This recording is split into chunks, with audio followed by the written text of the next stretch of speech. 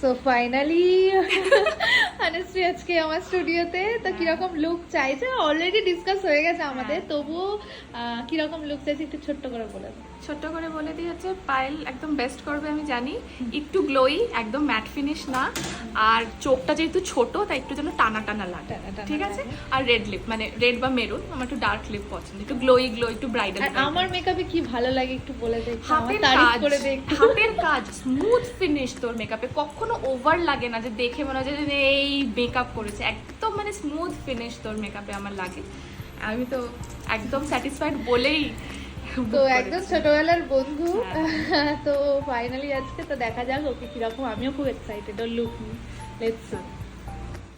তো আজ আরও একটি বন্ধুর ভিডিও নিয়ে কিন্তু তোমাদের সাথে চলে শেয়ার করতে। আজকে অনুশ্রী আমার একদম পাড়ার বন্ধু থেকে শুরু করে স্কুলের ফ্রেন্ডও ছিল। অনুশ্রী পড়াশোনায় যেরকম ভালো ছিল, দেখতেও ভীষণ সুন্দর ছিল, এবং ওকে সবাই ভয়েস কাট হেয়ারে দেখেছে, আর এখন ওর হেয়ার টোটালি আলাদা। ওর একটা ড্রিম ছিল যে ওর একটা বড় হেয়ার হবে।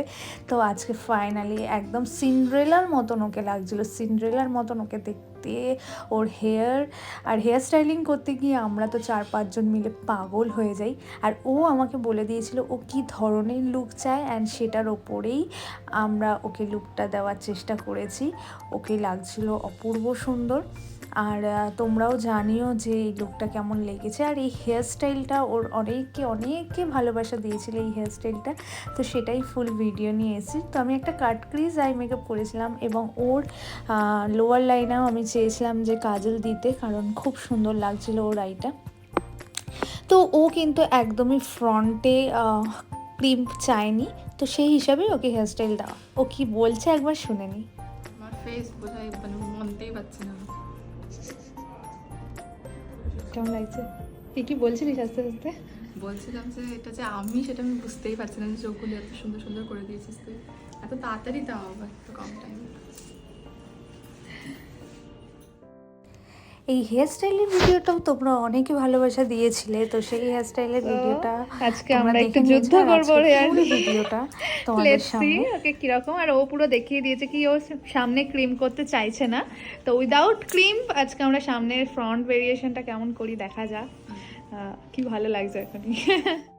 তো এই ধরনের হেয়ারস্টাইল কিন্তু তোমরা খুব ইজিলি করতে পারো। আর সবচেয়ে বড় কথা যেটা না বললেই নয়, ও সমস্ত কিছু, ওর যেহেতু বড় হেয়ার, যাতে আমাকে ট্রাভেলে না পড়তে হয়, আমার যাতে কষ্ট না হয়, সেই জন্য ও 10 নম্বর ইউপিন থেকে শুরু করে ও যেরকম হেয়ারস্টাইলটা চেয়েছে তার সরঞ্জাম থেকে শুরু করে সমস্ত কিছু আমার না বলাতে ও ক্যারি করেছে। তোমরা এরপর দেখতে পারবে যে অ্যাক্সেসরিজগুলো আমি ওকে অ্যাপ্লাই করেছি, তো এগুলো কিন্তু সমস্ত কিছু ও নিজে হাতে গুছিয়ে নিয়ে এসেছিল, যে পায়েল তোর যাতে অসুবিধা না হয় আমি এগুলো করে এনেছি, তো তুই এগুলো যে সেট করে দে। তো মানুষ যখন একজন অপরকে বোঝে এবং তার নিজস্বতা থেকে সে জিনিসে হেল্প করে, তো সত্যি এর থেকে বেশি কিছু হয়তো বলার নেই। ওকে জাস্ট লাস্টে রাজরানীর মতন সুন্দর লাগছিল, আমার ভীষণ পছন্দ। আর এই ধরনের হেয়ারস্টাইল কিন্তু তোমরাও করতে পারবে। এটা কিন্তু আমি বানের ওপরেই সমস্তটা সেট করেছি, এবং তোমাদের যদি বড় হেয়ার কারণ নাও থাকে তাও তোমরা বেনি করে সেটাকেও বেনি কিনতেও পাওয়া যায়, সেটাকে কি বলছে ও শুনে নেওয়া যাক। Hair makeup everything is perfect, কলকা সমস্ত কিছু একদম মনে মতো, খুব সুন্দর হয়েছে। আপকামিং ব্রাইডদের কিছু বলতে চাস? যে তোকে ট্রাস্ট করতে, trust the process and trust Payel. Thank you so much, খুব সুন্দর লাগছে।